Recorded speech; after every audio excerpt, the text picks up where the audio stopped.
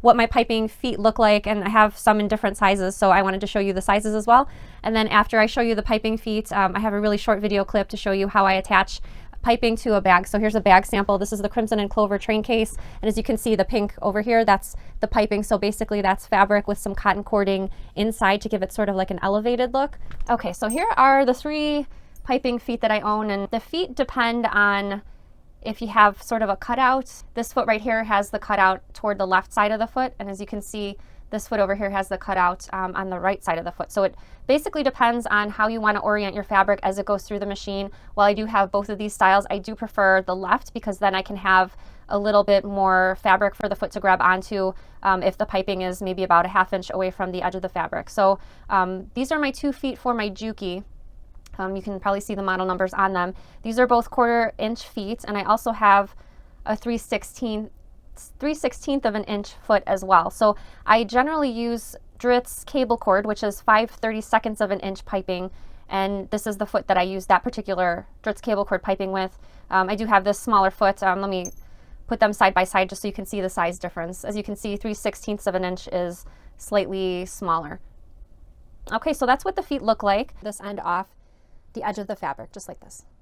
Okay, let's take it over to the sewing machine. Okay, so this is what my piping foot looks like in case you're curious. As you can see, it has an indentation where the piping will fit.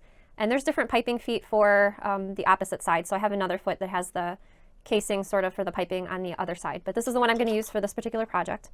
And again, like I said, you don't need a piping foot. Your regular foot's fine. And if you're using a regular foot, you'll use that 1/4 of an inch seam allowance.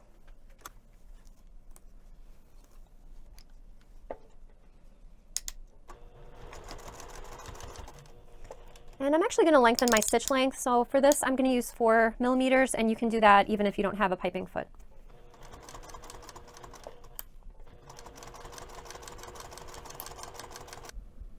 Okay, so hopefully that made sense, the explanation of what the piping looks like and how it's used. The really great thing about the piping foot, in that video clip you just saw me attaching the piping to what is the front of the bag. When you go to attach, say the top panel with the zipper to the bag, I actually, since I used the piping foot and I used a darker color thread, I used red thread for attaching the piping, I went ahead and just sewed on top of my previous stitches for when I attached the front of the bag, which was that piece you saw right there, to the top of the bag with the zipper. So that means I have really nice and tight piping on my bag, or in the case of the train case, in the lid. So the reason that you want the piping to look nice and tight is you don't want little gaps over here where your fabric kind of pulls away from the sides of the case. You want the piping to be nice and tight and crisp, and I feel like, in my opinion, that's when it looks the best.